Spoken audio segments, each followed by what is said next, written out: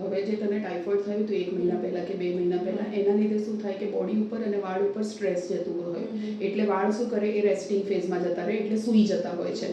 અને જ્યારે તમારી બોડી રિકવર કરે એટલે એ જે સૂતા ફેઝમાં જે વાળ છે એ બધા જ એકસાથે ખરી જતા હોય છે, અને એની જગ્યાએ પછી ધીમે ધીમે કરીને નવા વાળ ઉગતા હોય છે. તો આ જે ફેઝ છે એ ટેમ્પરરી છે, ઓકે, એ પરમાનન્ટલી નહીં થાય. સો ચિંતા કરવાની બિલકુલ પણ જરૂર નથી, ઓકે. બટ આપણે જે મેડિસિન્સ આપી રહ્યા છીએ એ એટલે આપી રહ્યા છીએ કે તારો હેર લોસ જે છે એ ધીમે ધીમે કરીને ઓછું થઈ જાય, અને જે હેર લોસ થયું છે કે વાળ પાતળા થઈ ગયા છે એ તારું ધીમે ધીમે પાછા આવી જાય, ઓકે.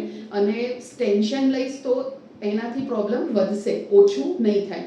એટલે સ્ટ્રેસ નથી લેવાનું, ઊંઘ પૂરી લેવાની, અને પાણી દિવસમાં 3 થી 4 લીટર પીવાનું. ડાયટમાં તારે કઠોળ ડેલી ખાવાનું, દહીં છાશ ડેલી ખાવાનું, ડ્રાયફ્રૂટ્સ ડેલી ખાવાનું, અને રેગ્યુલરલી કોઈ પણ એક સેલેડ છે કે પછી ફ્રૂટ છે એ ડેલી ખાવાનું, ઓકે.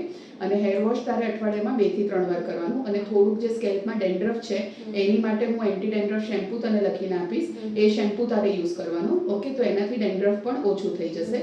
પછી સીરમ આવશે, એ સીરમ તારે સ્કેલ્પમાં લગાડવાનું રહેશે દિવસમાં 2 વાર.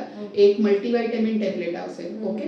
અને બાકી તારા હું ટેસ્ટ કરાવીશ કે તારું હિમોગ્લોબિન કેવું છે, થાઇરોઇડ પ્રોફાઇલ કેવું છે, વિટામિન B12 D3 નો સ્ટેટસ કેવો છે, આયરનનો સ્ટેટસ કેવું છે. તો એમાં પણ જો કોઈ ન્યુટ્રિશનલ ડેફિશિયન્સી આવશે તો આપણે એની પણ મેડિસિન સાથે સાથે ચાલુ કરવી પડશે.